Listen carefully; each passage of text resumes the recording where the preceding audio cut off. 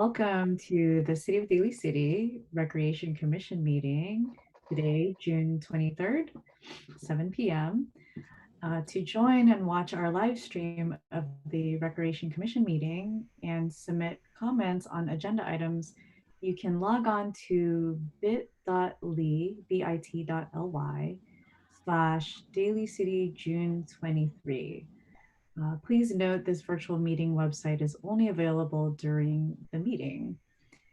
And we have one announcement, COVID-19 announcement regarding public meetings. Pursuant to Governor Newsom's executive order N2520, members of the Daly City Recreation Commission and staff will participate in this meeting via teleconference. Members of the public are encouraged to watch the meeting via live stream and to submit comments through the virtual meeting site and public comments via email prior to the public meeting. To submit a comment in writing, please email active@dalycity.org and write public comment in the subject line.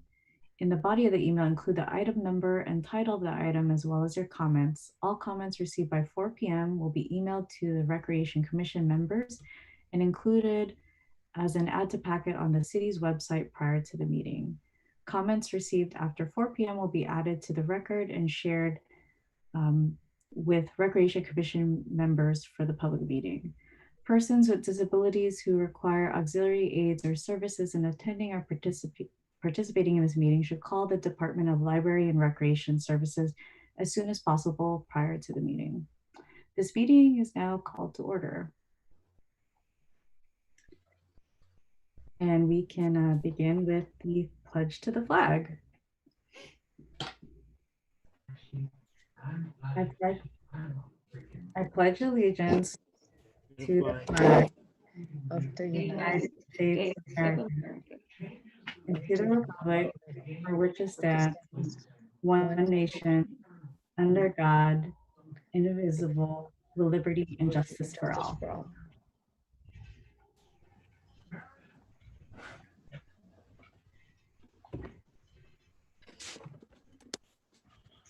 Okay. Would you like a roll call? Yes, I'd love a roll call. Okay, I would love to do a roll call. Commissioner Jack Pastor. Here. Commissioner Nathaniel J. Ortiz. Here. Commissioner Nadia Flamenco. Hopefully she'll join us. Vice Chair Luis O. Landos. Chair Christina Luna. Here. Thank you. So first up on the agenda is approval of tonight's agenda. I'd like to put in a motion to approve tonight's agenda. I second that. All those in favor? Aye. Next up is the approval for the May 30th minutes. I'd like to submit for approval of the May minutes. Yep, I second that. All in favor? Aye. Aye. Aye.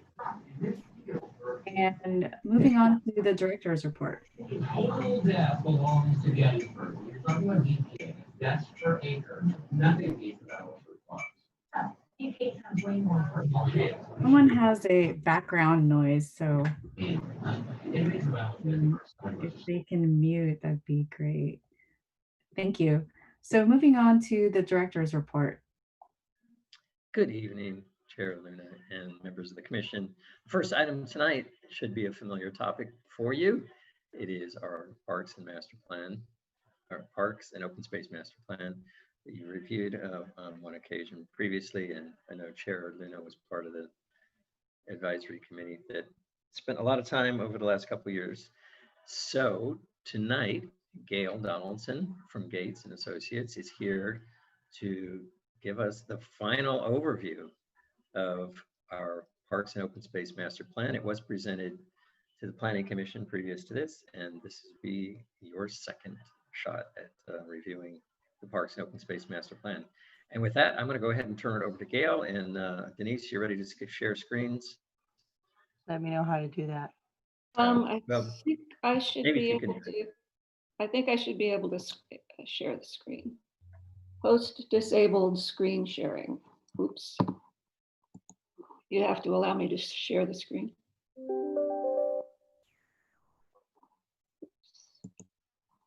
Okay. Got it? Am I good? Looks like we're sharing your screen. Okay.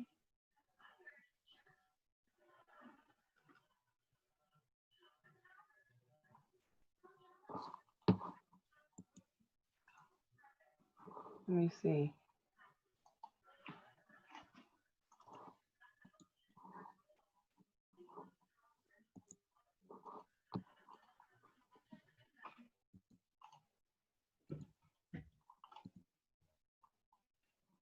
How about that?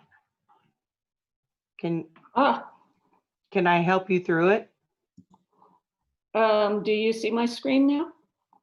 I think I shared the PDF that you sent me. Oh, okay.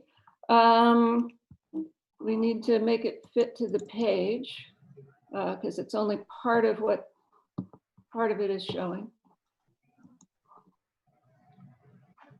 Yes, that should work. Okay, good evening, Chair and Commissioners. This is the report back to you on the Park and Open Space Master Plan that we've been working on for a while. Next slide.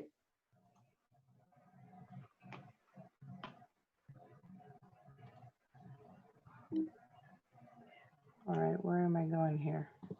Probably that one would work up there. I'm thinking. You opened it as a PDF, not as a PowerPoint. Oh, help me. You can scroll down, I think. Is it not letting you scroll? No.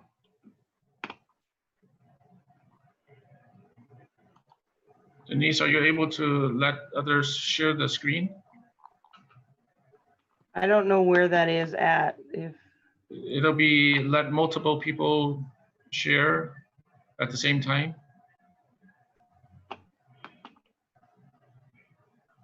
Hi, Richard.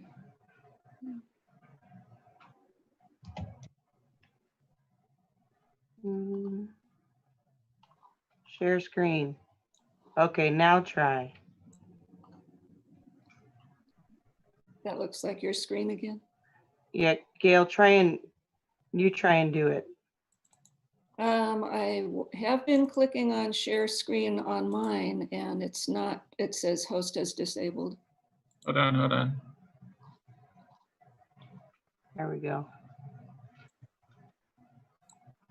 Okay. Okay, fit to page.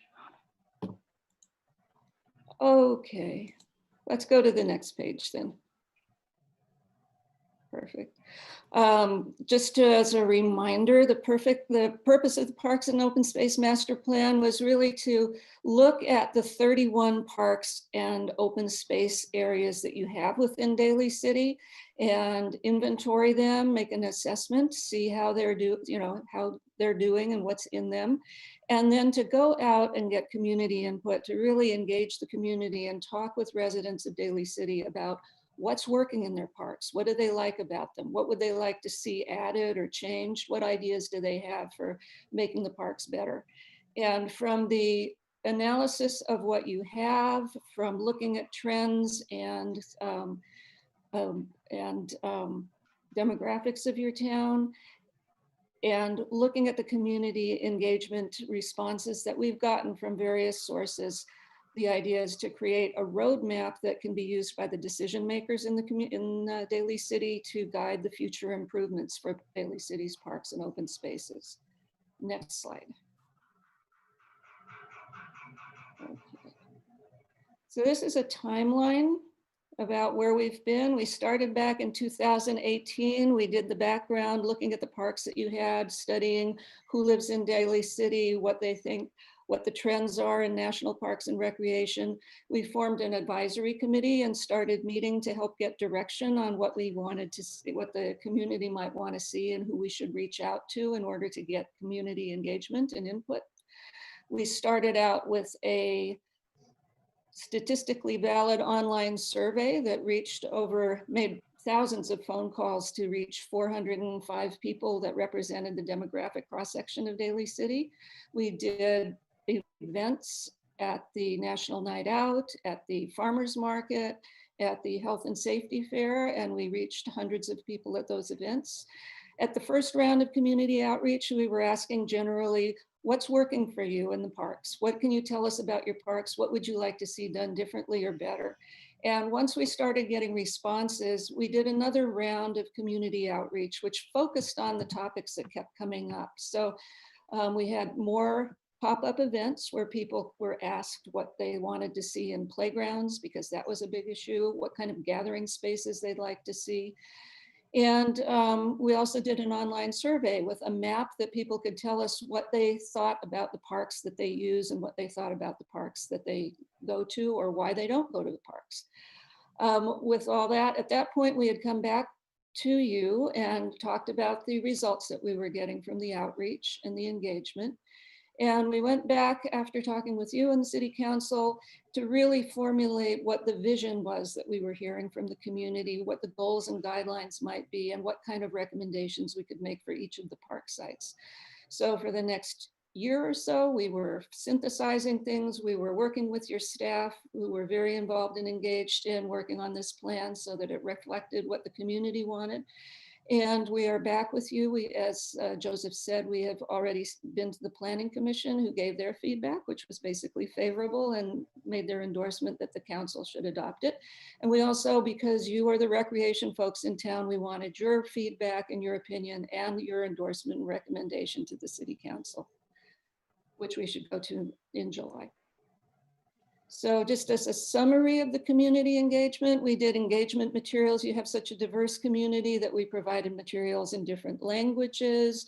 We reached over 2,500 people between the outreach booths that we did at the different community venues.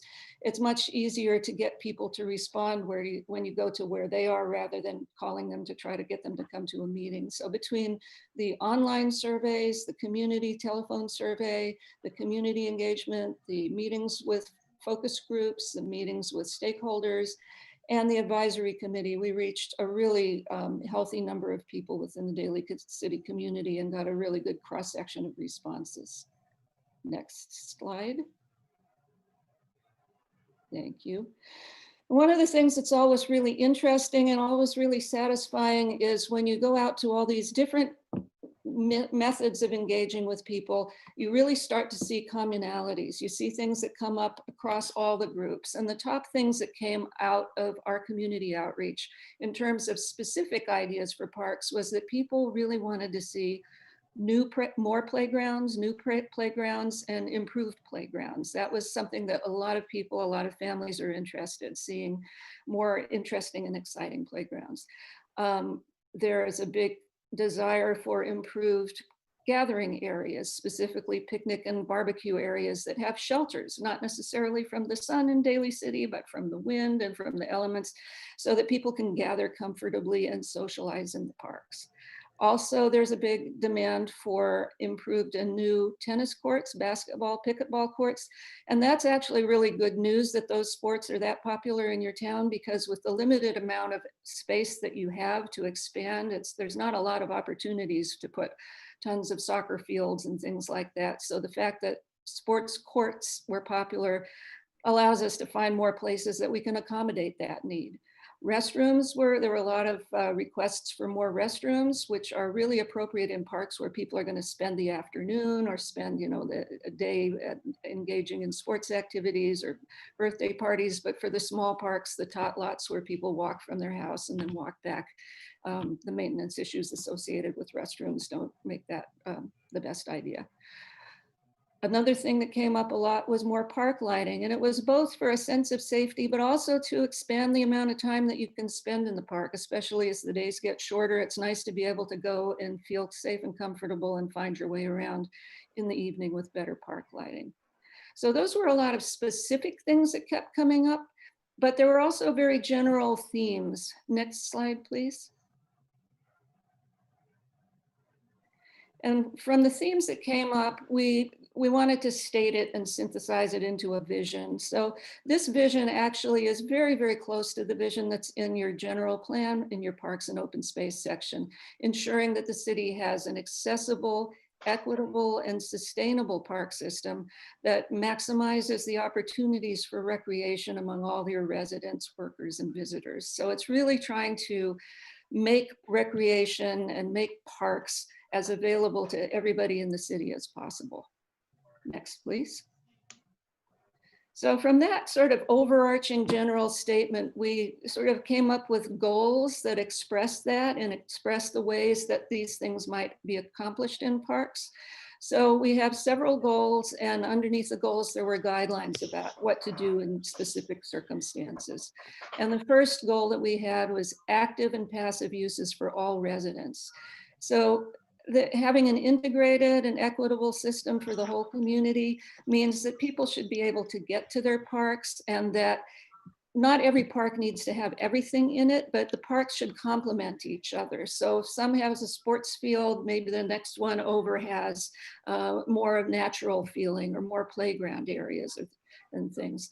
The neighborhoods should be served. So each neighborhood in Daly City should have a range of activities and a range of amenities in the parks, both active and passive. You have a very multi-generational community. It's great that the parks, it's really nice for parks to have things that the grandparents that come to the park with their grandkids can use. So places for seating, places for walking, places for watching what's going on in the park, and things that can be used by older and younger and everybody, multi-generation. So we're looking for a balance of amenities that all kinds of people can use. Next slide, please. Related to this is really trying to expand the opportunities for people to use the parks. There are new park sites coming up. The Midway Village Park site is something that will be developed and can accommodate a lot of different kinds of activities. There are some parks that are not very well used because there's not much to do in them. So figuring out what we have recommendations for things that could be added to the parks to make them more usable for more people and more appealing, and make them more of destinations. Increasing the time that people can use the parks. As I mentioned, lighting came up pretty often in our community outreach. And if the tennis courts and basketball courts, if more of them had some lighting, then people would be able to play at longer periods of time. Expanding partnerships and joint use agreements. I know that their relationship with the school districts has not always been as accommodating as what we would like, but working towards getting better agreements with them so that the fields that they do have could be available more to the residents of Daly City would be a real helpful thing. And one of the things that came up when we were doing the outreach was we'd have maps of all the parks of Daly City, and people would say, I didn't know there were that many parks in Daly City. So just increasing the awareness so that people that live in Daly City know that, oh, there's a park over there. It's not too far from where I live. Let's go see what's in it. So more opportunities for people to get to the parks. Next, please. We want the parks as a goal to feel welcoming, safe, and comfortable. And that back again goes to the idea of gathering spaces where people feel physically comfortable and that they can be having a picnic while watching their kids in the playground so that the spaces relate to one another. Physical comforts, the shelter around the picnics and barbecues, windbreaks, areas where people can sit on the grass in the sunshine and socialize. And also maintaining the high quality of maintenance that the city does have. You have a lot of really good maintenance folks that do hard work out there, and keeping the parks maintained is really important to folks. Next, please. As part of the welcoming and comfortable, it's also that parks have places for physical wellness, for sports activities, fitness, exercise, but also for quiet, being by yourself. One of the top things that came out in the phone survey was that people use parks for enjoyment of nature. So finding that balance of places within the parks where people can sit under a tree and read a book, or can sit at a table and talk with their friends, or get some exercise on some sports equipment. Getting a balance is really a key to making the parks welcoming for everyone. Next, please. Another thing that comes up is connection and accessibility. There's a lot of barriers in Daly City of freeways and large streets and places that are hard to get to. So the distribution of parks is really key. Having parks within walking distance is a goal that is very come to the forefront across the country. There's a 10-minute walk movement that cities are trying to find ways to make sure that people can get to a park walking within 10 minutes. Having alternative transportation. I know that you're working on a bicycle and pedestrian master plan. So finding ways to make it easier for people to get to parks without having to get in a car and drive. And once you're at the park, making sure that people with differing abilities have things that they can use in the parks, and that the parks are friendly for people that have mobility issues or, you know, different kinds of ability levels. So universal design is one way of talking about that. Next, please. It was interesting, I mentioned the 10-minute walk movement.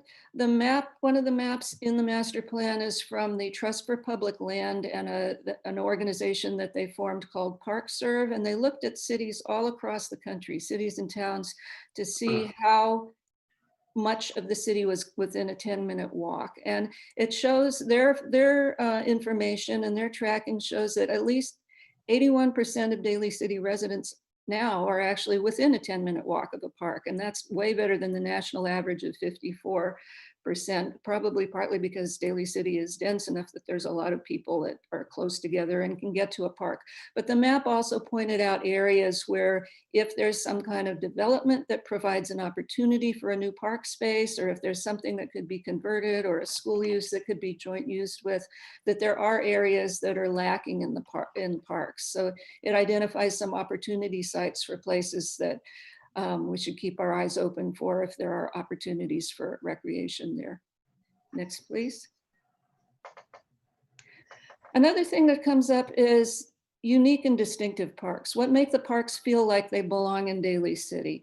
Whether it's unique design of a play element or fanciful seating and benches or art in the parks, things that make it recognizable and memorable. So people say, oh yeah, let's go to the park that has these things in it for a change, rather than going to a park that has the same set of swings and slides and climbers that are in all the other parks. You have such a wonderful, diverse community that's celebrating culture and making performance spaces and places that people can actually express their culture. That's another way of creating place in the community parks. And again, incorporating art that engages people and brings them in as a feature that came up. Next, please.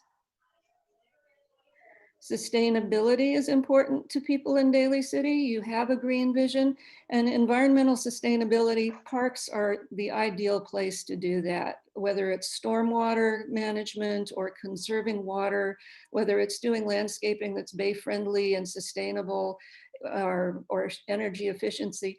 You can educate people about that. There's opportunities to do demonstration gardens and do kinds of educational signage that lets people know what they can do in their own yards that makes them more environmentally friendly and saves water and promotes habitat for native plants and native animals. So environmental sustainability is one part, both in the design of parks and in the management and in how you express it. And next slide, please. Also want the park system itself to be sustainable, and actually sustainable planning with the water conservation and energy helps make the parks more sustainable financially, because it lowers maintenance costs and it lowers maintenance expenses and energy costs. Looking for opportunities to expand revenues, whether it is more rental possibilities for the park group park picnic spaces or possibility of having outdoor classes. Now with the shelter in place, parks in communities have just become more important. There's a lot of people who had been doing yoga classes or Tai Chi classes, and either they can't use their studios anymore and are looking to parks for places that they can do those kind of things. So there can be a synergy there between ways of helping to gain a little bit more funding for the ongoing maintenance and operations of the park and bringing more people into the parks to use them. Efficient design, again, that goes back to convenience in trash pickup, in maintenance opportunities and things. And one other key piece of this economic sustainability is making sure that the fee assessments for development are regularly looked at and keep up with the pace of inflation and the cost of constructing and maintaining parks. Next, please.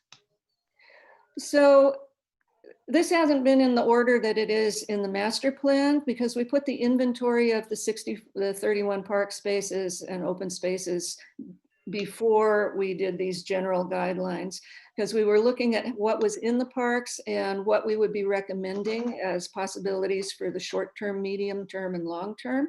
So for each of these sites, we looked at things that would be good to address in the next 1 to 3 years. They're things that are health and things that are in poor condition, that might be a safety risk, things that might be low-hanging fruit that would be easy and inexpensive to fix, that would make the parks more appealing and easier to use. Medium-term recommendations are things that are in fair condition now that might need upgrading in a little bit longer time frame, and as well as maybe adding new features to a park that would give more people reason to go and use it. Long term is more larger scale improvements or things that weren't quite as high on the community's wish list, but the things that will be needed to be replaced or upgraded or renovated in the not too distant future, 5 to 10 years. So if you look at the next page, and you have about 130 acres of parks and open space in Daly City. This is just an example of what we did for each of the 31 parks or park sites. We looked at where the park was and how big it was and showed some images and did an inventory of what's in each park. And for example, in Lincoln Park, there's 2 playground areas, there's a picnic table, basketball, a half basketball court, doggy bag station and benches. So we did an assessment of what condition they were in now so that you get a sense of what might need to be replaced. We made comments about what our observations were. And also some of the comments and assessments had to do with input that we got from the community. So we made the lists of these short, medium, and long-term ideas of potential improvements that could be done. And it included just ongoing maintenance and everything, because that's key to keeping things steady and keeping them going. We also provided a diagram about where we thought things could go. For example, if there was room for an additional basketball court in a place that wasn't really being used, there had been some desires for fenced dog parks to keep the dog and people conflicts down. So we found places where a dog park might be really well accommodated with the existing spaces. So each of the park sites and each of the parks has one of these, has this set of information attached to it. Next, please. Finally, we wound up with implementation. So there's a lot of ideas in this and a lot of specific recommendations. And as we're struggling with tightening budgets due to all this, the current situations, we need to figure out how to balance things to prioritize them. So we have a checklist there that talks about, if you have several projects, you have a limited budget, how are you going to prioritize things? And the first cut is, does the project meet the goals and the guidelines? Is it something that fits into those things of welcoming and accessible and accommodating and equitable and that kind of thing?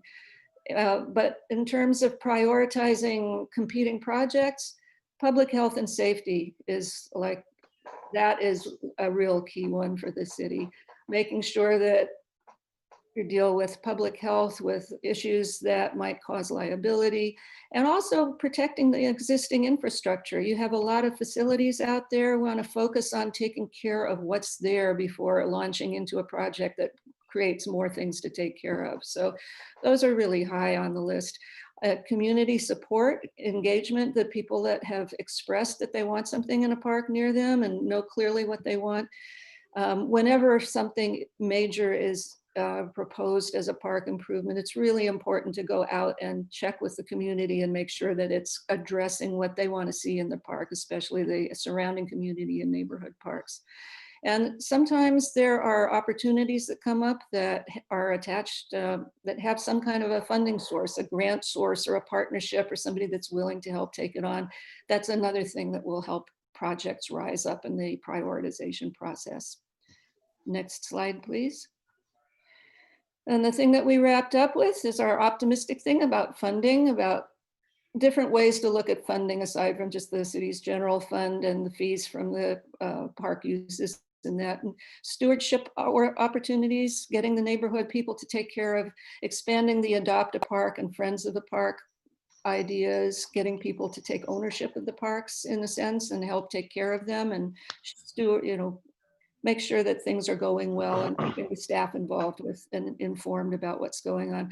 Partnerships, whether it's with sports organizations or with community organizations or native plant organizations, of things that might be able to improve the parks in creative ways by forming alliances and partnerships.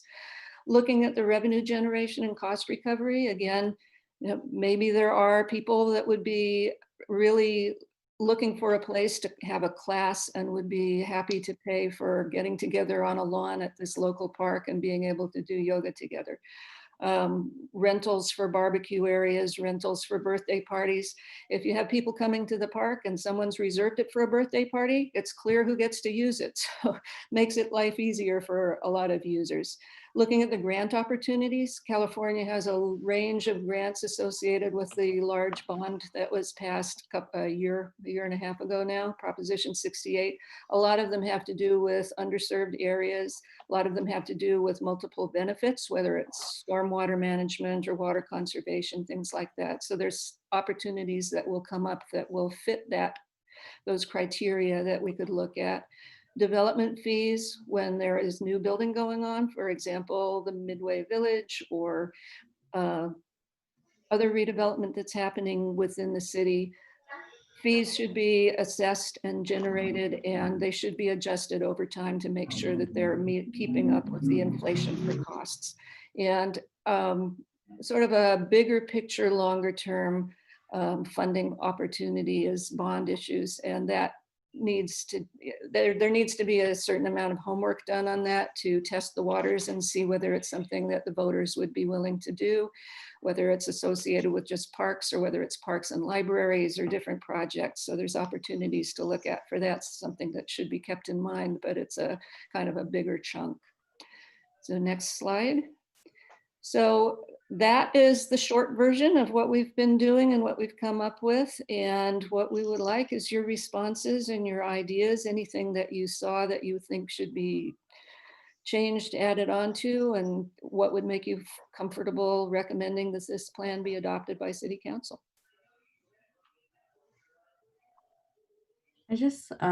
So first, I just want to say, seeing how far along this has come since the beginning is really great to see just how much more defined it is and more elaborate. So that's really exciting. I think anyone who sees this is going to be excited. Just a curiosity, because of COVID and, has that affected, I guess, creating this plan at all and some of the new guidelines, I guess, that are going to come into play? The COVID situation is recent enough that we haven't done anything specific to the plan, but the plan, the ideas in the plan and the recommendation in the plan, the types of things that COVID would be impacting is the use of group picnic areas, right? It's because of the social distancing. And cities, I assume that you're doing what a lot of cities are doing and roping, taping off the playgrounds, then the areas that are used and have high touch areas. And a lot of places are taping off drinking fountains, closing restrooms, playgrounds, places where people would be sitting and gathering more closely than they should. But that's something that is going to be evolving over time. And we certainly all hope it's not going to go on for a whole lot longer, but we realize it is. I mean, there's both been the physical impact of the COVID of people having to stay further apart. And, you know, I actually live across the street from a park in my town of Emeryville, and I've watched as the park is used more and more and more because people want to be outside and they need a place to go outside. So there's been sort of a balancing thing going on of people trying to keep people from gathering too much and staying too close together, but people really coming out and using the parks, and most people using the parks respectfully and with masks and with distancing and trying to stay safe. I think that probably one of the more challenging aspects in the longer term is what the virus has been doing to the economy and to city budgets all over the state, all over the country. So I think that we're going to be challenged with more creative, looking for creative avenues to keep the parks supported. Thank you for that. I think it's really true that parks are being recognized and acknowledged more as such a central part of the community now that people have been stuck at home for so long. If I may, thank you for your presentation. One thing I wanted to mention is over the last few months, a lot of our community members have been reaching out about two major things. And you mentioned it with the relationship currently with the school district and just closing off what used to be public spaces for the community and is closed off to the public now.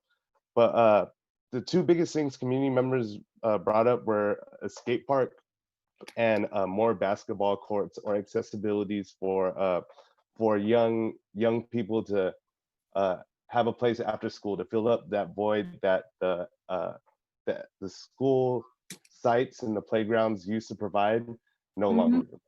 And in terms of the assessment that you had with all of the parks, I just wanted to see numbers if you guys ever considered like the numbers of basketball courts or having that same type of metric about walking 10 minutes, being able to have a 10-minute walk to a park. I want to know if there's if you guys have metrics for if that same accessibility is for sports courts, for example, tennis courts, basketball courts, because I know in different pockets of Daly City, each park provides different services and for different demographics. So I just wanted to know if that's one of the things you guys can consider, and moving forward, if you guys can do that as well. What we did do is when we looked at each of the park sites, we really looked for places where there was some area that was big enough physically and that was not really looking like it was that well used where we could fit additional court space. So there are in all of those individual pages on the inventory and recommendation, there are definitely recommendations for adding a half court here or making this half court a full court or adding another court in a number of the parks. I believe that we have a map. I'm looking to see where it would be, goes off the top of my head. We have a map that does show the sports field distributions, but I don't believe that we have one that shows all the basketball courts. Just, excuse me, yeah, it's soccer, baseball, and a softball kind of fields, but there is in the inventory, certainly it does track where all the basketball existing ones are and where there's potential to put more. Awesome, and that inventory is on the longer version of the presentation? The inventory is in the master plan, which I believe is up on the website. Got it. Yeah, yeah. Yeah, so along those lines, Gail mentioned we did a lot of public outreach, and during that public outreach, people commented in terms of, hey, you know, we'd like to have more, you know, whatever. And we made note of those things and look for opportunities in terms of where we could potentially incorporate some of those requests. At the same time, Joseph hears a lot from folks out in the community and users, and so we also take that into consideration in terms of looking for opportunities where we might have space that may be a better use for basketball court versus a tennis court or vice versa. So So we are trying to make some of those adjustments. Yeah, thank you for the presentation. Me as well, like Nate, I was wondering for the skate park that we heard from the community many times, and they are really interested in that space for Daly City. So if you have any information about that. I would. Yeah, so in regards to skate park, yes, we are aware of that. And as part of the park master plan, there is a location for a proposed skate park. So we do have that in there. As Gail mentioned, you know, due to this whole pandemic issue, funding is a big challenge right now, but hopefully it's short term. And that, you know, after, you know, us and other agencies kind of get out of this, then we can try to make some good progress in terms of the parks and the recommendations within the park master plan. Thank you. We did look for spots for skate parks, definitely. It's also part of the multi-generational aspect that we want the parks to have appealing things for not just the 5-year-olds. We want them to have a place for teens to go to, and that's often a tough one, but gathering spaces, definitely.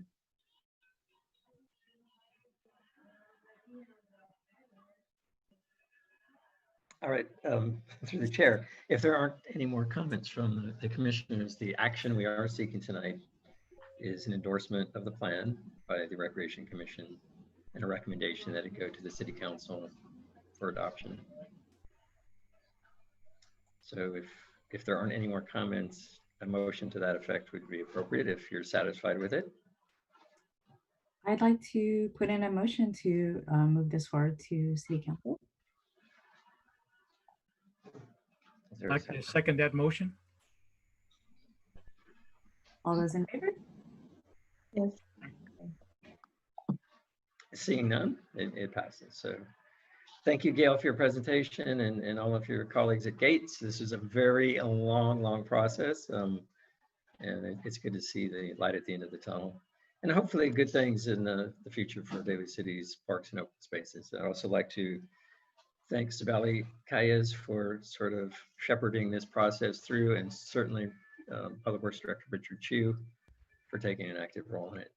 You know, it's been a long process. And hopefully we'll have a plan to do some great, wonderful things for Daly City in the not too distant future. That's great. Thank you, everyone. This is, as Joseph mentioned, it's very exciting. One of the things that we were very fortunate about is securing some grant funds for improvements at Geller Park. I don't know if any of you have been there recently, but there are improvements going on at Geller Park as we speak, and so you know, that's a nice kickoff to you know, this park master plan. So thank you all again. That's fabulous. Thank you for helping me, Richard. Sure. And it's been a pleasure to work with you all. Thanks so much. Thank you, Ms. Donaldson. Thank you, Richard. Thank you. Thank you.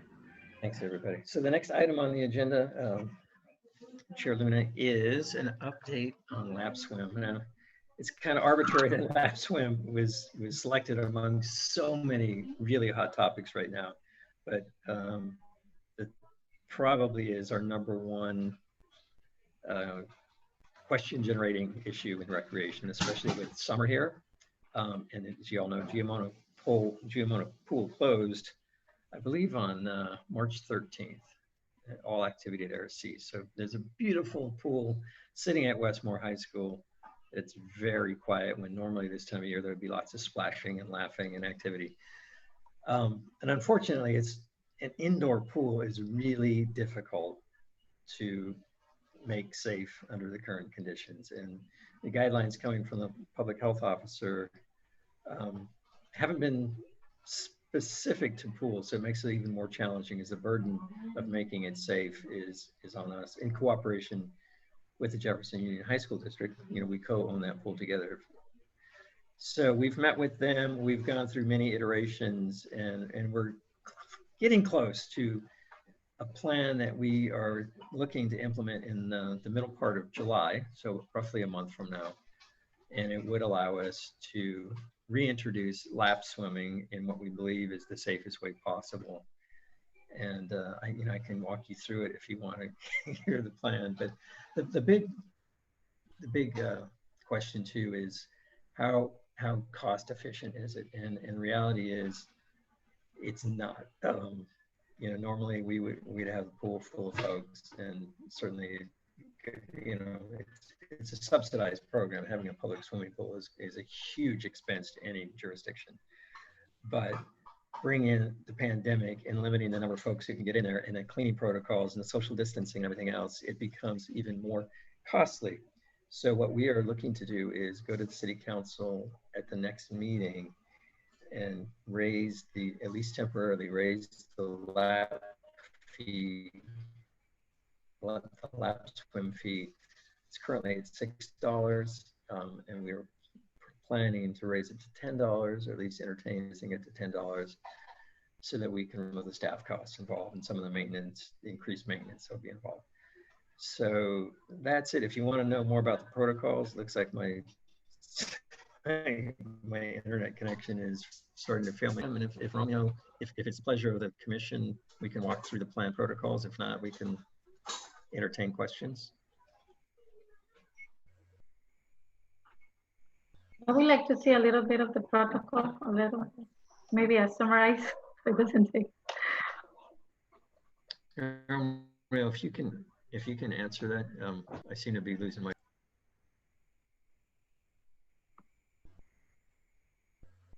All right, so for the lap swim, we would limit it to only 9 swimmers. That means all deep end lanes will be used for swimming, with 1 swimmer per lane, to make sure that every single swimmer is 6 feet apart. That is the idea right now. With the lap swim, it will only be limited to a 30-minute time slot in which they cannot register. I mean, they cannot just drop in. They would have to register online prior to. So for example, if we ran lap swim from 5 to 8, at 5 o'clock, the first group who are pre-registered for 5 o'clock would come in. The second group would be allowed in the facility at 5:25. Exactly, that would be the first time they would be actually allowed to get in the facility. And then at 5:30, they would be able to get in. The reason why it's costing us more in regards to staff is we don't just have a lifeguard and that person checking in, but we also need locker room attendants to make sure that when people do use the locker rooms, it is cleaned immediately, along with the equipment that is shared. For example, if a person comes in at 5 o'clock, whatever kickboard they use at 5:30 will be cleaned and switched out for the next user. In regards to the restroom and locker room, there will be no access to the restroom or locker room. It will be accessible to rinse off if needed. It will be accessible to use the bathroom, but we are recommending that all participants take a shower prior.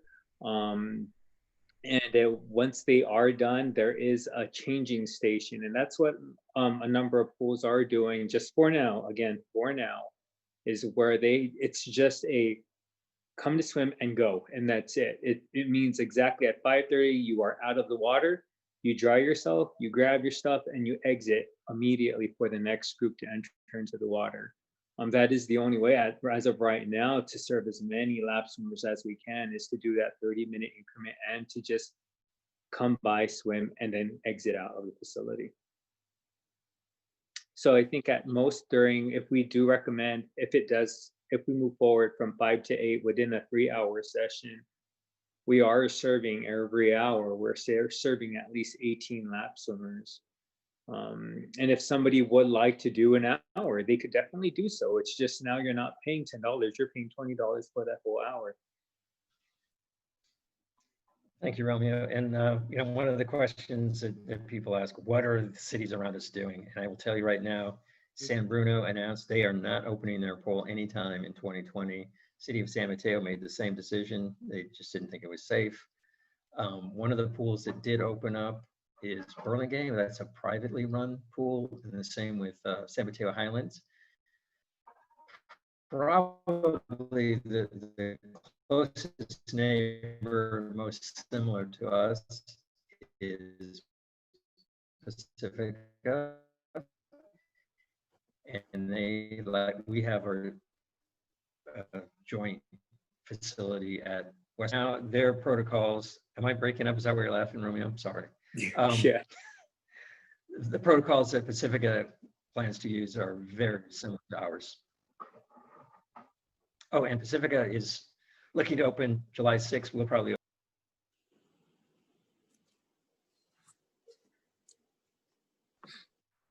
Now the procedure for cleaning the swimming pool or the ingredients that we're using in the water to prevent the virus spread or anything that you can add to the information. So, I mean, as of right now, when you're in the water itself, it is cleaning itself. The chemical levels, the acidity and pH levels are high enough for the bacteria not to be in the water. The biggest issue is, again, once your head is out of the water, you're inhaling. And that's what we make sure that everyone is staying on one side of the lane. So they are staying within, I mean, not within, 6 feet away from each other. I'm just to give you guys a heads up, when they're normally swimming, the closest they'll ever be is when they're at the wall exactly at the same time. I'm just waiting there. But with 30 minutes, you are rushing. You're not going to stop. You're going to try to utilize as much time as you can. And the only time you would also intersect each other is when you guys are when the lap swimmers are passing by next to each other. But again, they will be sticking to one side of the lane, meaning there will be 6 feet distance between both swimmers at all times. And just a heads up, once they get out of the water, that mask is being put on immediately. They actually have a belonging container right at the edge of the lane. So if they need to grab anything immediately, they can. And so again, when they exit, they'll put on that mask. And even right before, they'll have the mask on, and they'll take it off right before they jump into the water.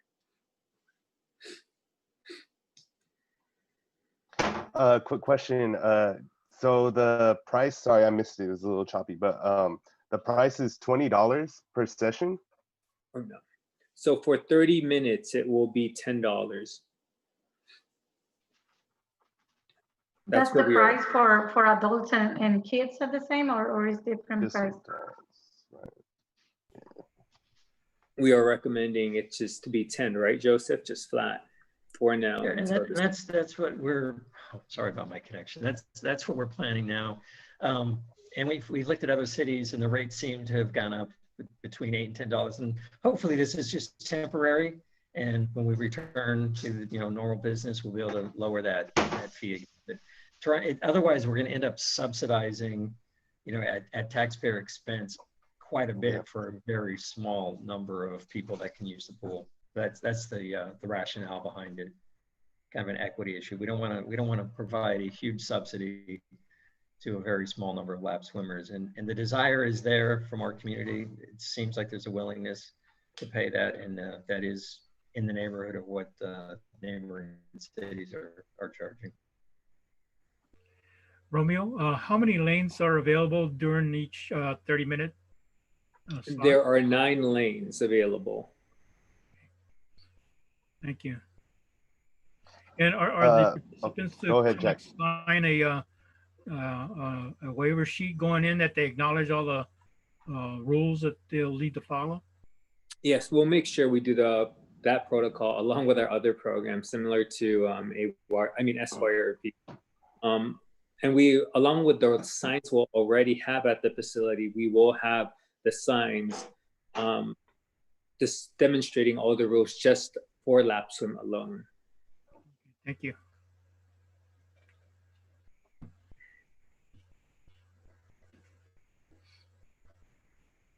If there are no more questions, that concludes our reports this evening, Chair Luna.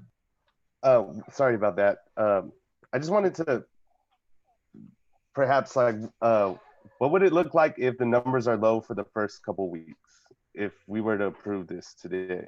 And then when would it start after the approval is given out? For the earliest, from what I'm hearing, mid-July, if anything, the earliest. And when I say early, that's the earliest we can go. The first few days, we definitely know that we're not going to be hitting as many as we expected. With it being $10, it gives us some wiggle room, in the beginning, especially to not have, all 9 lanes full. At 5 or 6 would be okay for the first few weeks. But what we're hoping for, and me and Chris, along with our assistant Derek, we are planning to push hard in regards to marketing. One of the big groups we can't serve right now is DCD, the Dolphins, and we're hoping that maybe Joseph and I'm hoping we could promote to them and say, hey, if they really need or want to swim, this is your opportunity for now. Again, this is just for now until we come up with, until we start doing our normal our standard programming. Okay.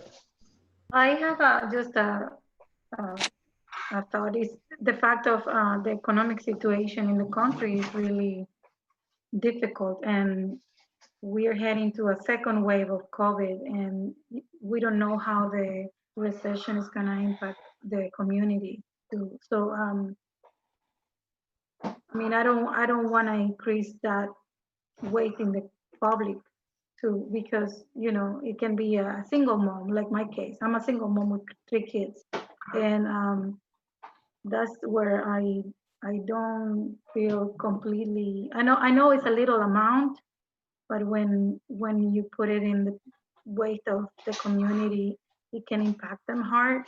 Because so I don't know if there is a way the city can help out with that instead of putting that charge in the community. I don't know. You guys did already some research about, but I'm just saying the reality is that economically the country it doesn't look good, and putting charges higher for the people where they can have a recreation and being more accessible to the communities where I feel like I know it's a little amount, but it can affect more with the recession for people to have this. But I don't know, can you give me more information about how the city can provide this cleaning instead of the community? If I understand the question, I think there might be 2 questions in there. One is the equity issue of charging more money at a time when people might not have money. The reality is the lap swim is traditionally something that is enjoyed by adults, not young children. This is not lessons. These are master swimmer type folks that choose swimming as their form of exercise. So to not charge them something that comes close to recovering our costs then becomes a subsidy for a very tiny percentage of the population.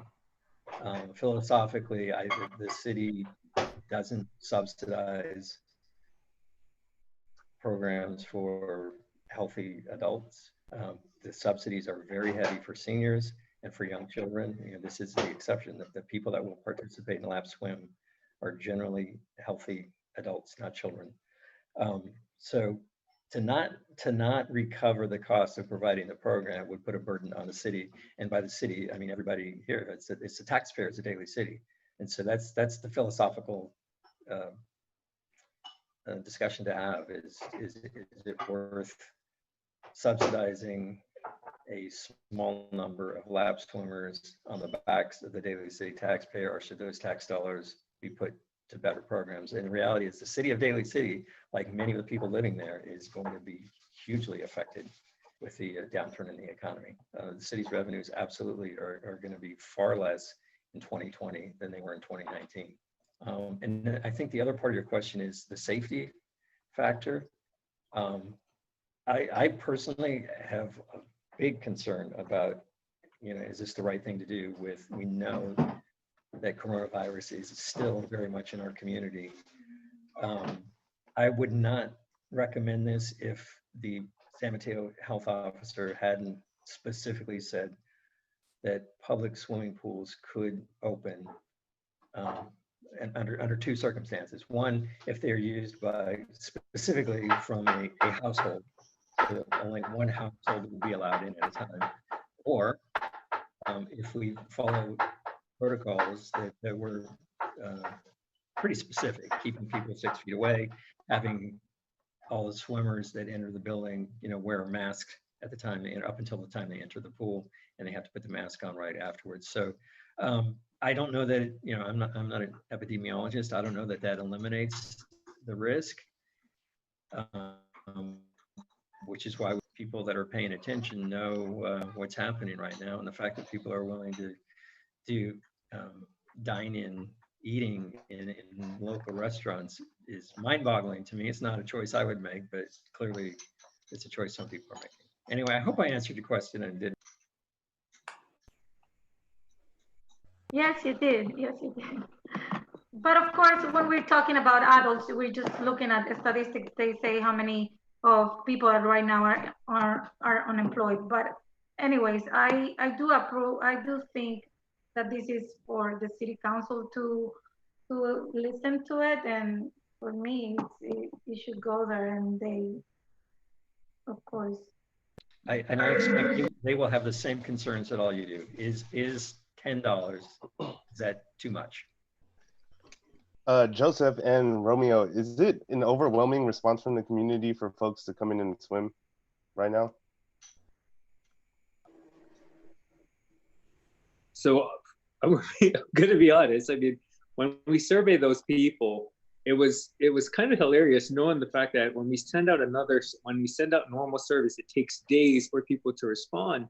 The response rates here was 80% of our swimmers had responded of those emails. And it was within 2 days, most of those responses had come in. Along with that, looking at Yelp, looking at our numbers, the phone calls that are coming in is ridiculous. And it's mostly from our voicemails. It is, what are you guys having lap swim? It's nothing usually regards to lessons. It's all about our lap swim.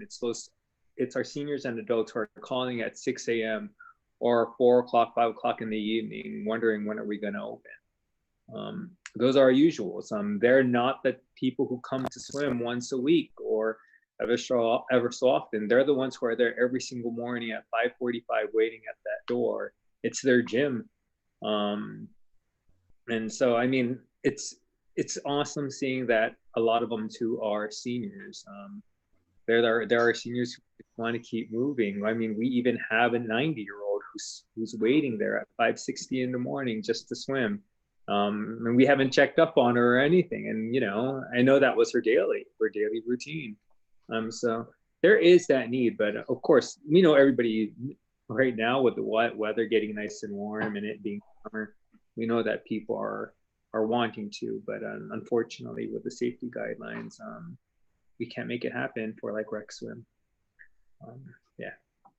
Okay, thank you for sharing that. The sad reality is too, to follow up on that is, we're not going to be able to offer recreation swim. There is not a safe way to do that. Mm-hmm. And it's the same with lessons. To be an effective swim lesson, the instructor's got to be in the pool with kids. And, with protocols that we're supposed to follow now, that's just not in the cards.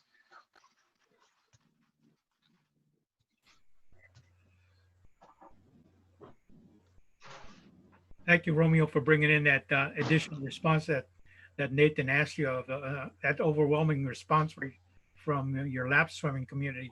I didn't realize that it was like that big of a demand out there, but it is. So thank you for sharing that 80% response information.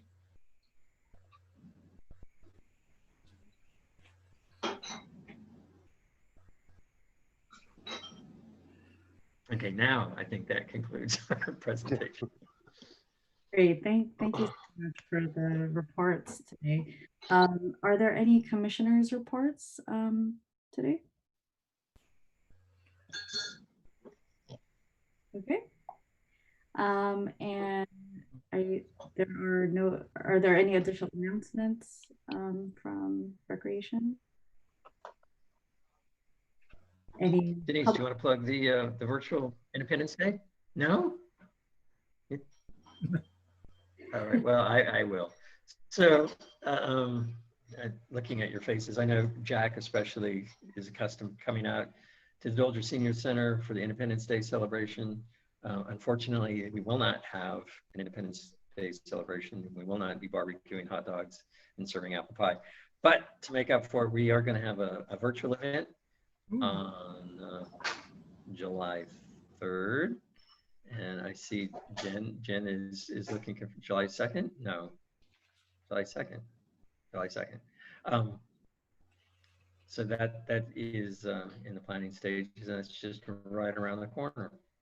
You know the times and how people can register. Anybody? It's at 10 a.m. on Thursday, July 2nd, because July 3rd is a holiday observed. And so 10 a.m. and you will be posting the flyer out on the Facebook and through our e-newsletter. And you would email Ann Cooney to get the password to and link for the Zoom meeting, or you can join us Facebook Live. We'll make sure to send you a link.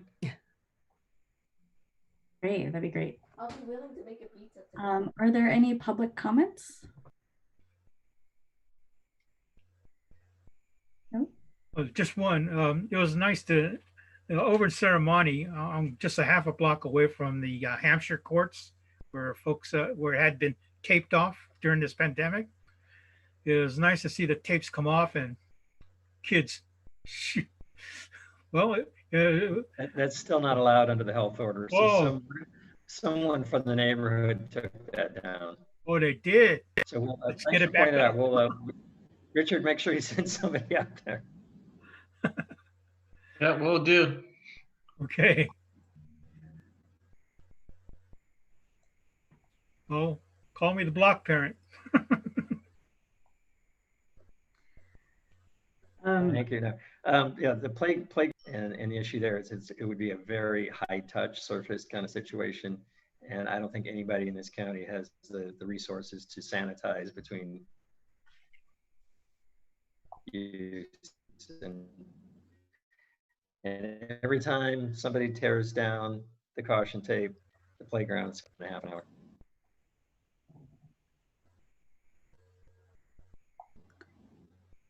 Okay. Thank you, everybody. So if there are no other reports or comments at this time, this meeting is adjourned. Our next meeting is on July 28th at 7 p.m. Thank you, everybody. Thank you. Motion to adjourn. Thank you. Bye. Yeah. Thanks, everyone, for setting it up. Take care.